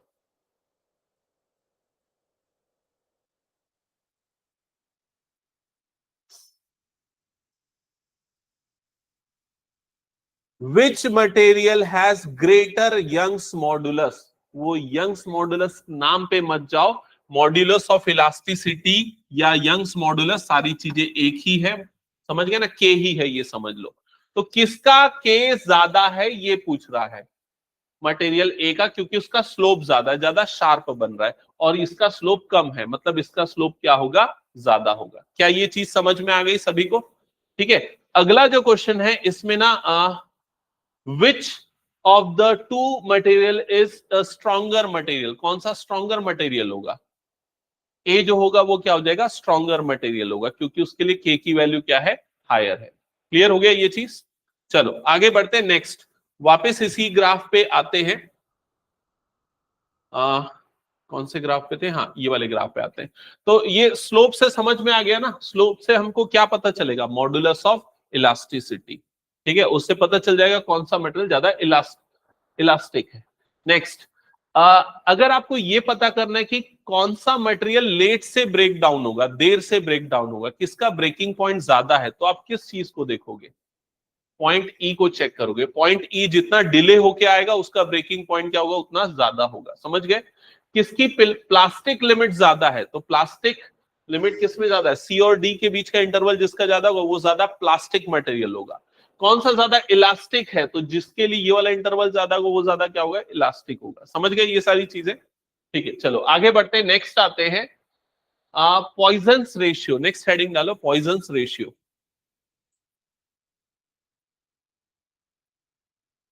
पॉइजन्स रेशियो,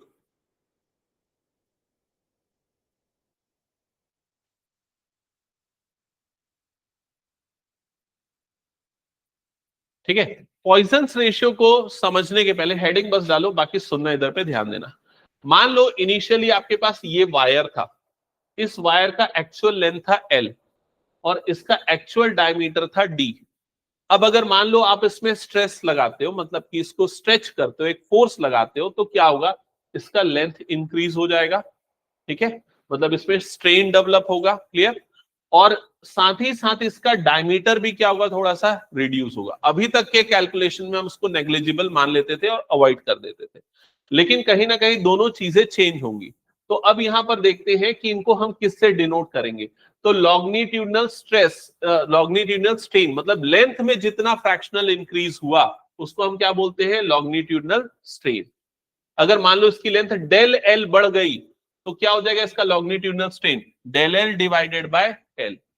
नेक्स्ट क्या लिखा हुआ, लेटरल स्ट्रेन, तो जिस तरफ आप फोर्स लगा रहे हो उसके परपेंडिकुलर डायरेक्शन में जो डायमेंशन चेंज होता है, तो फोर्स इस तरफ लग रहा है, डायमीटर का डायरेक्शन ये वाला है, तो दोनों एक दूसरे के क्या है, परपेंडिकुलर। तो ये वाला जो डायमेंशन में फ्रैक्शनल चेंज होगा उसको हम क्या बोलेंगे, लेटरल स्ट्रेन बोलेंगे। समझ में आई ये चीज?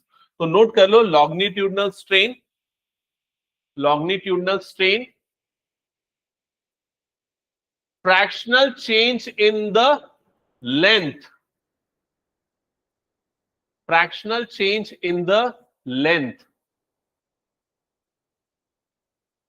in the direction of applied force, in the direction of applied force।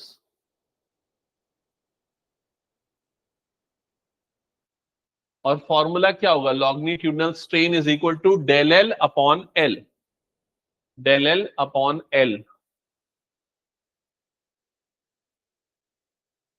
Next है lateral strain, lateral strain, fractional change in size, fractional change in size in the direction perpendicular to the applied force, in the direction perpendicular to the applied force। तो applied force ये है और इसका perpendicular dimension ये diameter है, तो diameter में जो फ्रैक्शनल चेंज हुआ that is minus del D upon D. Minus minus क्यों आया, क्योंकि दोनों का डायरेक्शन परपेंडिकुलर है, एक दूसरे के अपोजिट है। लेकिन यहां पर प्लस इसलिए आया है क्योंकि जिस डायरेक्शन में फोर्स लग रहा है उसी डायरेक्शन में उसका लेंथ इंक्रीज हो रहा है।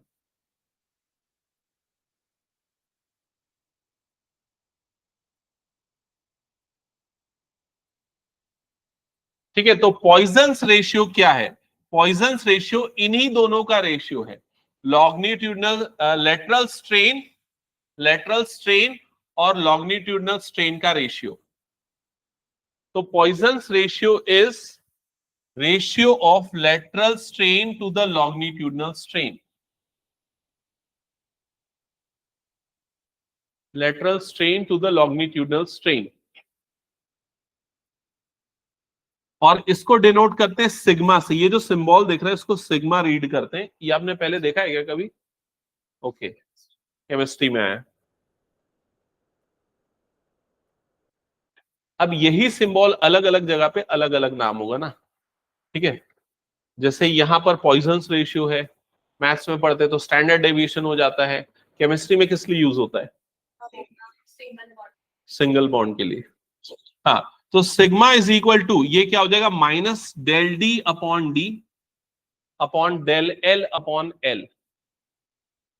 डेल डी अपॉन डी मतलब lateral strain, del L upon L मतलब लॉन्गिट्यूडनल स्ट्रेन, और यहां डी का मतलब डायमीटर है, तो डायमीटर इज 2 टाइम्स रेडियस। तो आप चाहो तो इसको ऐसा भी लिख सकते हो, minus del R upon R into L upon del L. समझ गए ना क्या किया, सिंपल मैथमेटिकल सिंप्लीफिकेशन। कुछ डाउट है तो देख लो इस तीनों टर्म्स में।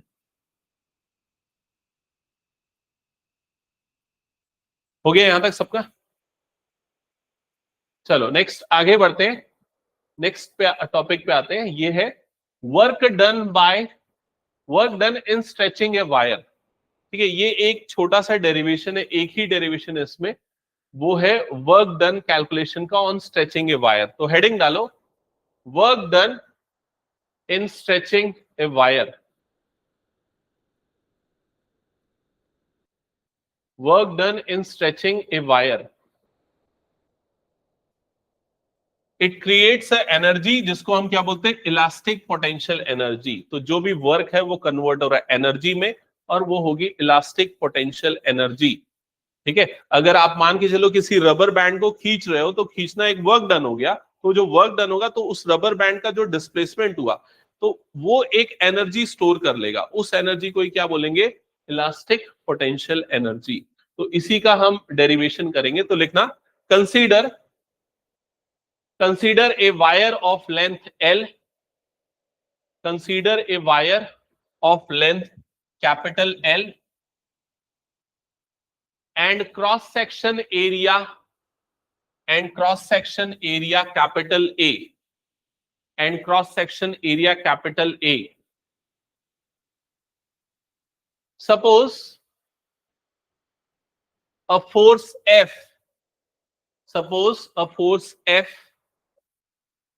is applied along the length of wire. Suppose a force F is applied along the length of wire and the length increases by x, and the length increases by x, and the length increases by x. Then the longitudinal stress will be,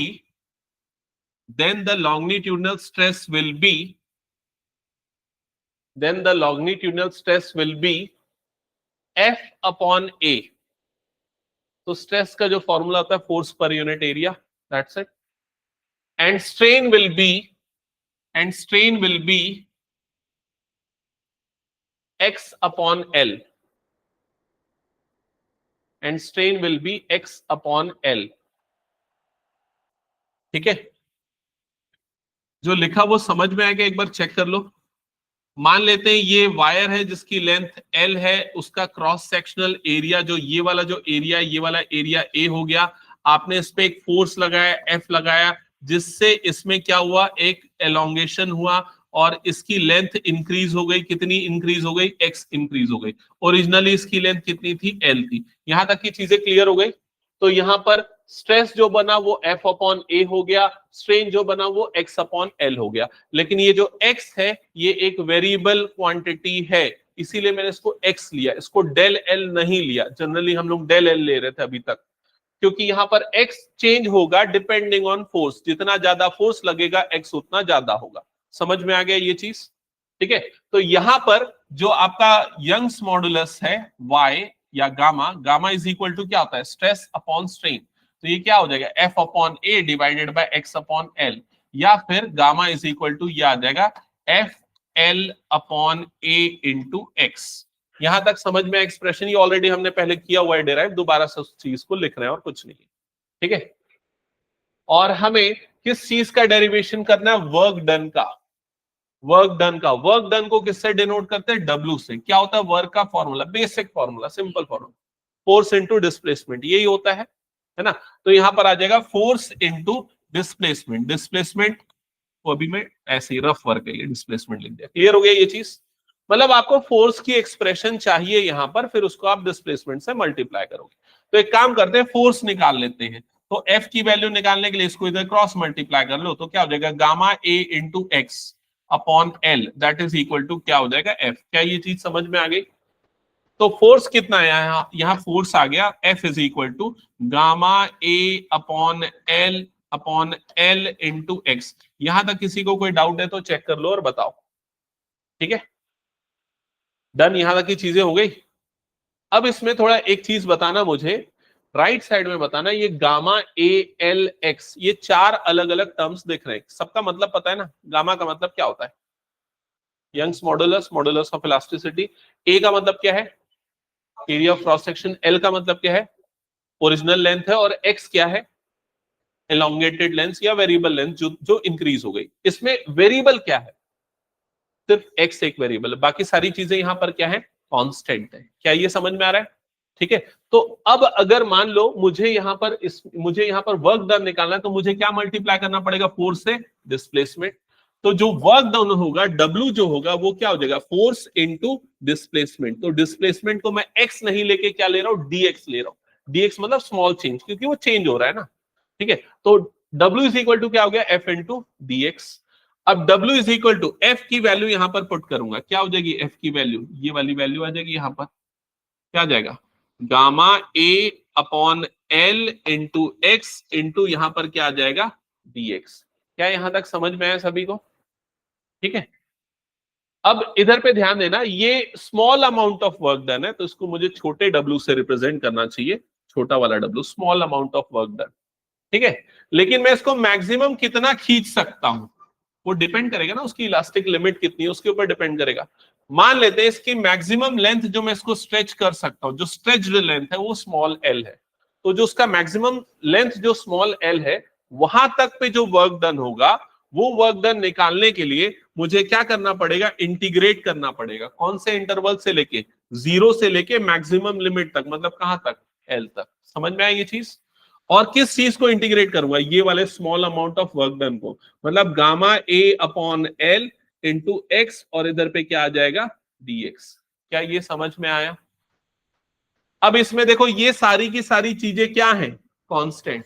तो constant चीजें तो बाहर आ जाएंगी integral के, तो gamma A upon L आ गया बाहर, तो इंटीग्रेशन के अंदर पे क्या बच गया, एक्स इंटू डीएक्स बचा। क्या ये समझ में आ गया? अब x का इंटीग्रेशन क्या होता है, एक्स स्क्वायर बाय 2। तो ये x का इंटीग्रेशन कर दो, तो w is equal to gamma a upon L, और ये x का इंटीग्रेशन करोगे तो आ जाएगा एक्स स्क्वायर बाय 2। और लिमिट कहां से कहां तक जाएगी, 0 से लेके l। लिमिट कैसे पुट करते हैं पता है ना, upper limit minus lower limit. तो अपर वैल्यू डाल दो l, माइनस लोअर लिमिट डाल दो 0। तो W इज इक्वल टू क्या हो जाएगा, gamma A upon L into 2, और इधर पे क्या आ जाएगा, एल स्क्वायर। क्या यहां तक आया सभी का, एक बार चेक कर लो, यहां तक हो गया? अब मैंने ये जो अभी वर्क डन कैलकुलेट किया ना, इसको मैं स्ट्रेस और स्ट्रेन के टर्म्स में एक्सप्रेस करना चाहता हूं। तो देखो इसको कैसे करेंगे, W is equals to total work done that will be equals to 1/2 को पहले मैं अलग करता हूं। ठीक है, ये गामा ए इंटू एल, अभी एल स्क्वायर, अभी एक काम करता हूं ऐसे रहने देता हूं, L square divided by L लिखता हूं। ठीक है, फिलहाल ऐसे ही रहने देता हूं। ठीक है, अब आते हैं इस चीज पे थोड़ा देखना कि स्ट्रेन, स्ट्रेन का एक्सप्रेशन क्या था, लॉन्गिट्यूडनल स्ट्रेन या सिंपली स्ट्रेन क्या था, एक्स अपॉन एल। एक्स का मतलब क्या, कितना डिफॉर्मेशन हुआ, कितना लेंथ बढ़ा। ठीक है, तो अभी हमने मैक्सिमम कितना लेंथ लिया है, यहां पर एल लिया है। तो यहां पर इस हिसाब से देखा जाए तो स्ट्रेन की वैल्यू क्या होगी, स्ट्रेन को क्या लिख सकते हो, स्ट्रेन इज इक्वल्स टू कितना हो जाएगा, एक्स बाय एल था, लेकिन एक्स तो वेरिएबल था। फाइनल स्ट्रेन के, फाइनल लेंथ का कितना एलोंगेशन हुआ, स्मॉल एल। तो क्या आ जाएगा, small L divided by capital L. समझ में आ रहा है कि नहीं ये चीज? तो देखो यहां स्मॉल एल भी है, यहां पर क्या है, कैपिटल एल भी है। तो मैं W इज इक्वल्स टू क्या लिख सकता हूं इसको 1/2 gamma A into L into क्या लिखूंगा इसको स्मॉल l डिवाइडेड बाय क्या लिख सकता हूं कैपिटल L। समझ में आ रहा है ये चीज। और small l by capital L जो है इस वैल्यू को मैं क्या लिख सकता हूं स्ट्रेन लिख सकता हूं। ये क्या हो जाएगा स्ट्रेन हो जाएगा। क्या ये क्लियर हो गया सबको? हाँ क्या बोल रहे हैं? अब स्ट्रेस का एक्सप्रेशन क्या था? तो स्ट्रेस का देखो एक्सप्रेशन यहां पर क्या था फोर्स अपॉन एरिया ये है। या फिर अगर यहां से देखा जाए ना, यहां से देखा जाए देखो इधर पे गामा इज इक्वल्स टू क्या था स्ट्रेस डिवाइडेड बाय क्या था स्ट्रेन ये था। तो स्ट्रेस को मैं क्या लिख सकता हूं स्ट्रेस को लिख सकता हूं गामा इंटू स्ट्रेन। ये लिख सकता हूं ये नहीं स्ट्रेस इज इक्वल टू क्या हो जाएगा गामा इंटू स्ट्रेन। और स्ट्रेन को हमने क्या लिखा है small L divided by capital L. तो स्ट्रेस को मैं लिख सकता हूं स्ट्रेस इज इक्वल टू क्या हो जाएगा gamma into small L divided by क्या आ जाएगा ये कैपिटल एल। तो ये पूरी एक्सप्रेशन किसकी होगी स्ट्रेस की। तो अगर मुझे स्ट्रेस वाली एक्सप्रेशन चाहिए तो गामा चाहिए और क्या चाहिए छोटा वाला एल चाहिए वो भी है। गामा चाहिए छोटा वाला एल चाहिए वो भी है। लेकिन डिनोमिनेटर में क्या चाहिए बड़ा वाला एल चाहिए तो वो यहां पर नहीं है। तो उसके लिए क्या करते हैं मल्टीप्लाई और डिवाइड कर देते हैं कैपिटल एल से। तो ये एक्सप्रेशन क्या हो जाएगा 1/2 gamma small L upon capital L into small L by 2 मतलब ये वाली एक्सप्रेशन इंटू क्या बच गया अब हमारे पास कैपिटल ए बच गया एक और क्या बच गया कैपिटल एल बच गया। क्यों आया कैपिटल एल समझ में आया? ये पूरे को मैं ऐसे रीअरेंज कर रहा हूं कि मैं स्ट्रेस और स्ट्रेन के टर्म्स में वर्क डन निकाल सकूं। ठीक है। अब ये वाली पूरी वैल्यू क्या होगी ये वाली पूरी वैल्यू क्या होगी स्ट्रेस ये वाली पूरी वैल्यू क्या हो गई स्ट्रेन और ये क्या हुआ सोचो क्या हुआ ये स्ट्रेस और ये क्या हुआ स्ट्रेन और A इंटू एल क्या हुआ वॉल्यूम। क्यों वॉल्यूम हुआ याद आया ना इनिशियली देखो मैंने यहां पर बताया था ये A का मतलब एरिया L का मतलब क्या है लेंथ। ठीक है। तो सिलेंडर याद है ना सिलेंडर का क्रॉस सेक्शनल एरिया क्या होता है pi R square multiplied by height कर दो पाई आर स्क्वायर एच कर दो तो क्या हो जाता है उसका वॉल्यूम। तो एरिया इंटू लेंथ मतलब क्या हो जाएगा वो वॉल्यूम। तो ये वाला पूरा पार्ट आपको क्या देगा यहां पर वॉल्यूम देगा। ये हो गया वॉल्यूम। तो ये आ गया आपका वर्क डन। देखो यहां तक हो गया क्या जल्दी कंप्लीट करो। तो work done is equal to 1/2 stress multiplied by strain into volume stress multiplied by strain into volume. क्या ये क्लियर हो गया? और इसी वर्क डन को हम क्या लिखेंगे elastic potential energy and this work done is also called as elastic potential energy. और इसको डिनोट करते हैं कैपिटल यू से। तो capital U is equal to 1/2 stress into strain multiplied by volume. किसका वॉल्यूम? जो भी आपका मटेरियल है वायर है उसका वॉल्यूम। ठीक है।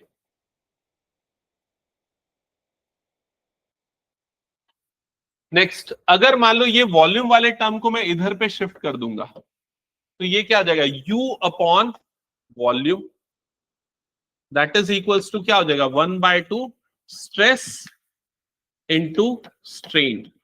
ये हो जाएगा। तो u अपॉन वॉल्यूम u मतलब क्या elastic potential energy divided by volume. तो इस चीज को हम क्या बोलेंगे इलास्टिक पोटेंशियल एनर्जी पर मीटर क्यूब। समझ में? या इलास्टिक पोटेंशियल एनर्जी डेंसिटी ये वर्ड यूज करेंगे। तो लिखो यहां तक लिखना एक्सप्रेशन। यहां तक आ गया तो बताना मुझे फिर मैं आगे एक स्टेटमेंट लिखा रहा हूं।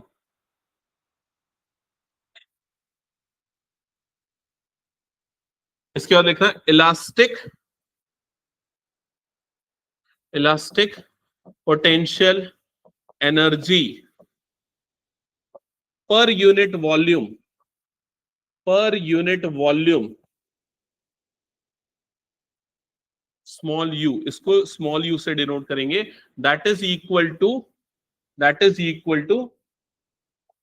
Elastic potential energy divided by volume, या small u is equal to capital U divided by volume,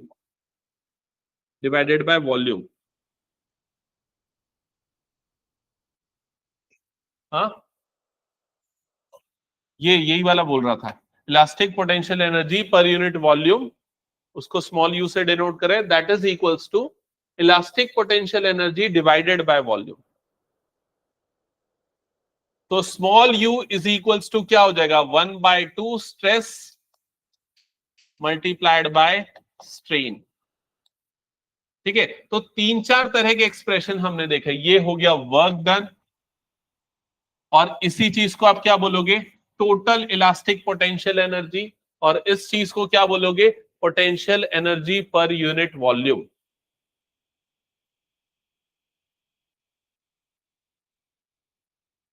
हुआ क्या, बताओ जल्दी से। ठीक है, तो क्या डेरिवेशन का प्रोसेस क्या था, ध्यान में है क्या किया सबसे पहले हमने क्या किया, ये वाला एक्सप्रेशन क्या है, किसका हमने एक्सप्रेशन निकाला, मॉडुलस ऑफ इलास्टिसिटी या फिर यंग्स मॉडुलस, उससे किसकी वैल्यू निकाली, फोर्स की, फिर फोर्स इनटू क्या कर दिया, डिस्प्लेसमेंट, जिससे वर्क डन निकला, फिर यहां पर जो डिस्प्लेसमेंट है वो वेरिएबल क्वांटिटी थी तो इंटीग्रेट कर दिया, कौन से लिमिट तक, 0 से L तक, मैक्सिमम इलास्टिक लिमिट तक, फिर आपको मिल गया वर्क डन, फिर उसके बाद जो भी आपको एक्सप्रेशन मिली थी उसको हमने किस फॉर्म में एक्सप्रेस किया, स्ट्रेस और स्ट्रेन में, ताकि हम वर्क डन को स्ट्रेस और स्ट्रेन के टर्म्स में लिख सके, और वो वर्क डन होगा that will be equals to elastic potential energy. ठीक है, अब आपको पर मीटर क्यूब या फिर वॉल्यूम इलास्टिक एनर्जी चाहिए तो डिवाइडेड बाय क्या कर दोगे, वॉल्यूम कर दोगे। ठीक है, तो इसी डेरिवेशन को अलग अलग तरीके से पूछ सकता है, ध्यान में रखना है। ये हटा दो, हो गया तो सभी का। चलो नेक्स्ट आगे बढ़ते हैं, ये उसी का डेरिवेशन है। ये विदाउट यूजिंग कैलकुलस भी इसका डेरिवेशन आता है कई बार। ये हमने ऑलरेडी अभी थोड़ी देर पहले डिस्कस किया था, क्या है ये, stress strain graph up to elastic limit. Up to elastic limit में क्या होता है, प्रोपोर्शनल होता है, लीनियर ग्राफ बनता है, स्ट्रेट लाइन बनता है, जिसमें स्लोप ज्यादा उसका बल्क, उसका मॉडुलस ऑफ इलास्टिसिटी ज्यादा होगा। ठीक है, और क्या है, हाँ डक्टाइल एंड ब्रिटल मटेरियल्स, ये चीज नोट कर लो, शॉर्ट में नोट करना क्योंकि इस पे भी डायरेक्ट क्वेश्चन होता है। Ductile and brittle material, ductile and brittle material. तो डक्टाइल मटेरियल क्या होता है, जिसका प्लास्टिक रेंज ज्यादा होगा, प्लास्टिक रेंज ज्यादा होगा वो डक्टाइल मटेरियल, जैसे कि सिल्वर हो गया, कॉपर हो गया, गोल्ड हो गया, ये सारे उसको खींचते जाओगे, वो खिंचाएगा, वो वापस अपनी पोजीशन पे नहीं आएगा, लेकिन वो टूटेगा नहीं जल्दी से। तो जैसे ये वाला जो है, इसका प्लास्टिक लिमिट देखो ज्यादा है, तो ये डक्टाइल मटेरियल का ग्राफ हो जाएगा। समझ में आया कि नहीं, च्युइंगम खाते हो कभी, खींचे होगे, देखे हो कि नहीं, वो डक्टाइल हो गया। ठीक है, तो उसमें आपको प्लास्टिक लिमिट उसका क्या मिलेगा, ज्यादा मिलेगा। ठीक है, और ब्रिटल मटेरियल क्या होता है, जिसका प्लास्टिक लिमिट कम होता है, प्लास्टिक रेंज कम होता है, यहां पर आया और यहां आने के बाद टूट गया वो। ठीक है, जैसे कि ग्लास हो गया या और भी कई सारे सब्सटेंस हो सकते हैं। ठीक है, नोट कर लिया सबने। अब देखो इस पे बेस्ड कौन सा क्वेश्चन एनसीईआरटी में डायरेक्ट पूछा है, ये जो अभी हमने थोड़ी देर पहले देखा था, क्या है, दो ग्राफ आपको दे दिए ए और बी के, क्वेश्चन में बोल रहा है कौन सा मटेरियल ज्यादा डक्टाइल है, तो किसका प्लास्टिक रेंज ज्यादा है, ए का प्लास्टिक रेंज ज्यादा है, तो वो क्या हो जाएगा, ज्यादा डक्टाइल हो जाएगा। समझ में आया, कौन सा ज्यादा ब्रिटल है, बी, दैट्स इट, खत्म। समझ गए ये। चलो नेक्स्ट आते हैं, और क्या टॉपिक बच गया इसमें, हाँ एक आध दो क्वेश्चन और है। इलास्टोमर्स, इलास्टोमर्स क्या होते हैं, इलास्टोमर्स अगर मैं स्लोप से बताऊं ना, जिसका स्लोप कम होगा वो ज्यादा इलास्टोमर होगा, मतलब जिसमें कम फोर्स लगाने पे ज्यादा स्ट्रेचिंग मिल जाए। रबर बैंड हो गया, इलास्टिक जो हम पैंट या हाफ पैंट वगैरह में यूज करते हैं, इलास्टिक हो गया, वो जिसका स्लोप कम होगा, मतलब जिसमें कम फोर्स लगा लेकिन स्ट्रेन उसका ज्यादा हो गया, स्ट्रेस कम है लेकिन स्ट्रेन ज्यादा हो गया। समझ में आए? तो इसको भी ग्राफ प्लॉट करके लिख लो ताकि आपके दिमाग में क्लियर रहे अगर इस पे बेस्ड कुछ क्वेश्चन आए तो। जिसका स्लोप ज्यादा है वो नॉन इलास्टोमर है, जिसका स्लोप कम है वो ज्यादा इलास्टोमर है। स्टील ज्यादा इलास्टोमर है या फिर रबर? रबर। लेकिन कौन सा ज्यादा इलास्टिक है, स्टील या रबर? स्टील। तो इलास्टिक और इलास्टोमर में डिफरेंस होता है, ये ध्यान रखना। ठीक है, हटा दो इसको फिर मैं।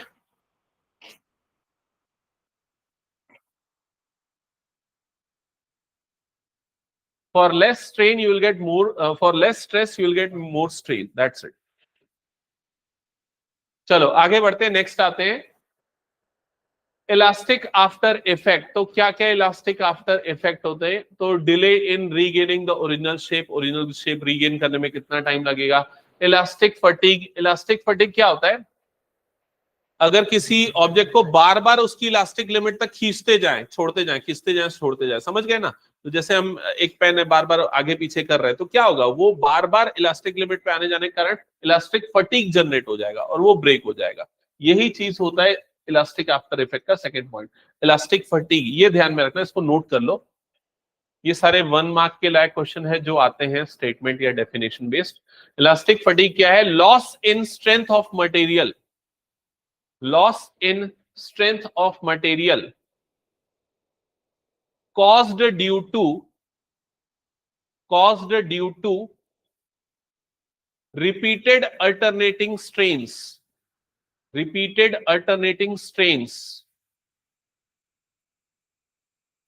to which material is subjected, is called elastic fatigue,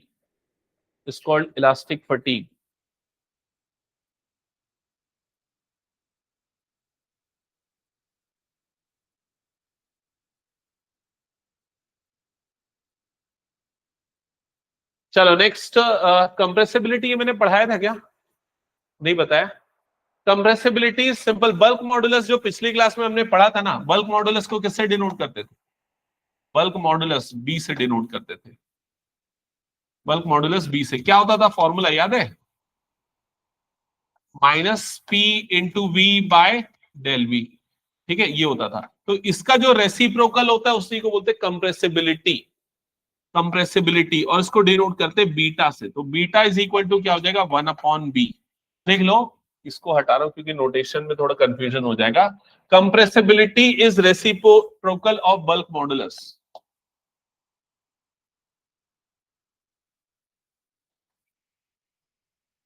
is reciprocal of bulk modulus.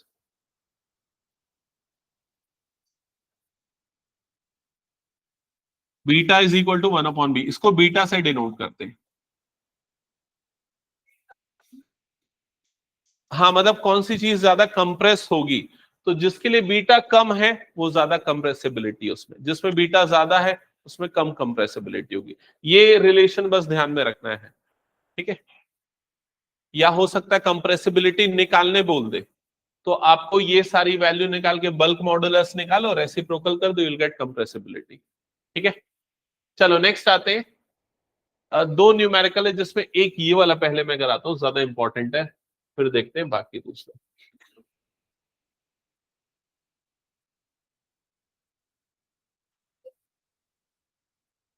एक मिनट, कौन सा? इसके पहले वाला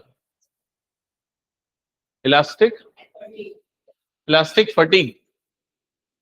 loss in strength of material caused due to repeated alternating strains. जैसे वो लकड़ी तोड़ने के लिए नहीं करते, बार बार आगे पीछे घुमाते हैं, that is repeated alternating strain. हाँ, वायर तोड़ने के लिए भी बिल्कुल करेक्ट, कॉपर वायर तोड़ने के लिए।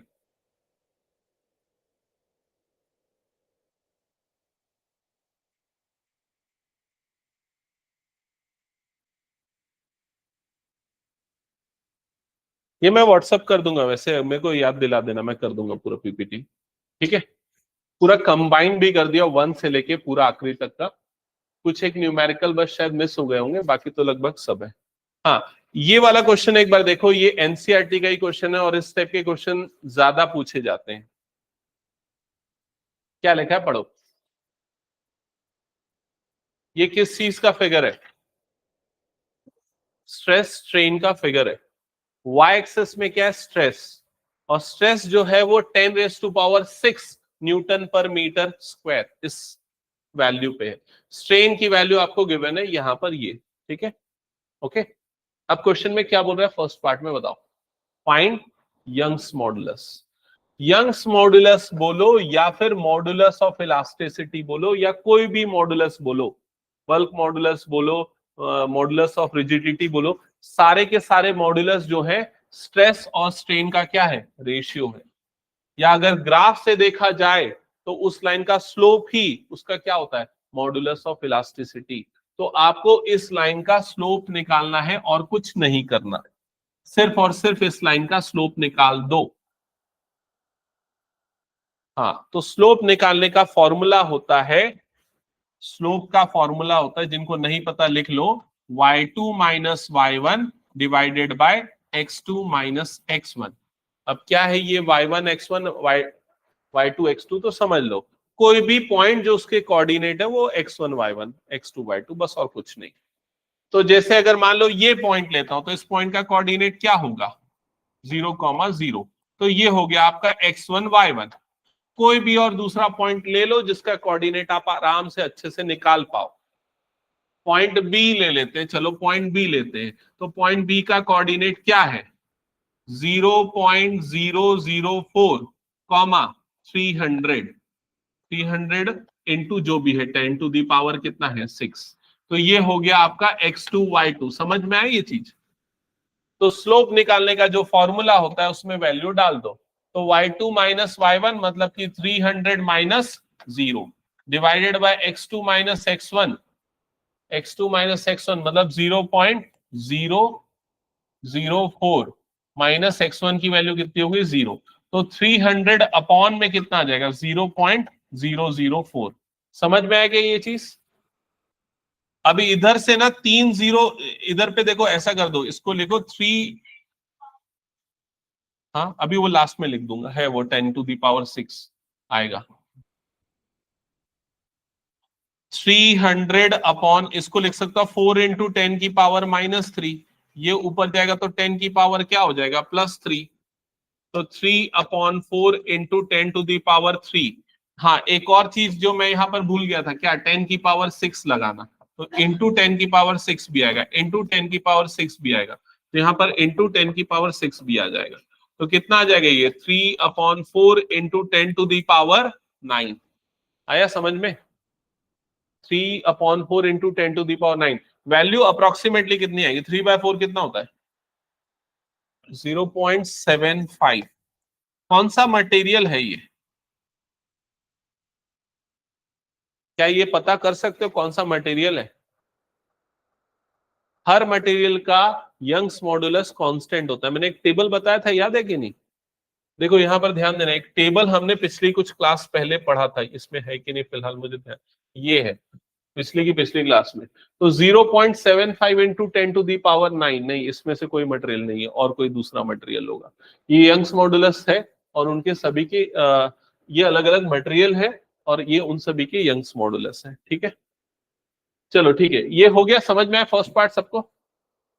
सेकेंड पार्ट में क्या पूछा है चेक करना। Second part, approximate yield strength. Yield strength for the material. Approximate yield strength for the material. तो अगर तुम लोग ना यहाँ पर डायग्राम को थोड़ा ध्यान से देखोगे ना, तो इस पॉइंट के बाद देखो वो टर्न हो रहा है, दिख रहा है कि नहीं? ये कर्व में कन्वर्ट हो जा रहा है। तो ये जो पॉइंट बी की जो स्ट्रेंथ होगी वही उसकी क्या होगी? यील्ड स्ट्रेंथ होगी। तो अभी जो हमने निकाला, अभी हमने यील्ड स्ट्रेंथ ही निकाल दिया डायरेक्टली उसका। जो पॉइंट बी पे जो उसकी स्ट्रेंथ आएगी वही उसकी क्या हो जाएगी? Yield strength. तो जो आपको सामने दिख रहा है वो यील्ड स्ट्रेंथ की भी वैल्यू होगी, ठीक है।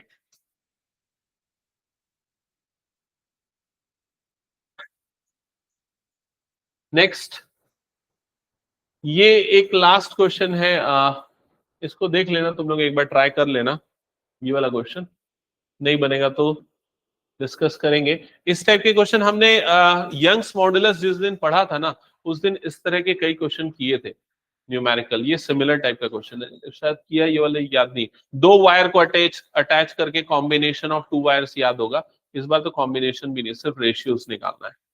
ठीक है, स्टोरी क्या है इसकी, स्टोरी अगर मैं समझाऊं तो दो तरह के वायर है, एक स्टील का वायर है, एक कॉपर का वायर है, दोनों की लेंथ अलग है, दोनों का एरिया अलग है, बाकी सारी चीजें सेम है। बाकी सारी चीजें मतलब क्या, दोनों पे फोर्स सेम लग रहा है, दोनों का एलोंगेशन सेम हो रहा है, तो एफ और ये सेम है, तो गामा जो होगा वो किसका रेशियो होगा, एल अपॉन ए का रेशियो हो जाएगा। गामा मतलब यंग्स मॉडुलस, किसका रेशियो हो जाएगा, एल अपॉन ए का। तो वो स्टील के लिए और किसके लिए, कॉपर के लिए निकाल देना, दोनों को डिवाइड करना। ठीक है, एक बार ट्राई करना अगर ये समझ में आया तो, नहीं तो फिर मैं अगली क्लास में बता दूंगा। ठीक है, तो टॉपिक अगर देखा जाए मोटा मोटी इतना ही है इस चैप्टर में, लगभग हमने न्यूमेरिकल एनसीईआरटी के ऑलमोस्ट पूरे कर दिए। अब ये बात अलग है तुम लोगों को कितना समझ में आया और कितना बना, वो चीज देखना है। ठीक है, कितना फास्ट हुआ, कितना स्लो हुआ, कितनी क्लासेस अटेंड की, कितनी मिस की, वो तुम लोग अपना एनालिसिस करो और एक बार सेल्फ स्टडी करो इस चीज को, क्योंकि हमने लगभग 3 क्लासेस में पूरा चैप्टर खत्म किया है। तो क्या वो तुम लोगों के दिमाग में गया या नहीं गया, वो देखो, गया तो कितना परसेंट गया, और अगली क्लास में मुझे बताओ। तो मैं तो या तो फिर डाउट सेशन रखूंगा या तो फिर नया टॉपिक स्टार्ट करूंगा या रिविजन सेशन। ठीक है,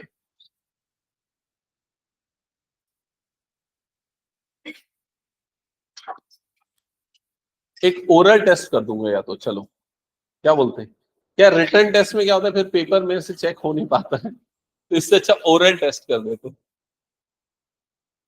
ठीक है, तो अगली क्लास में पढ़ के आना है, स्पेशली जिन लोगों ने पूरा अटेंड किया वो लोग तो बिल्कुल पढ़ के आना। तूने 2 क्लास अटेंड किया फिर भी बहुत कुछ कर लिया, तू भी पढ़ गया प्रियांशी।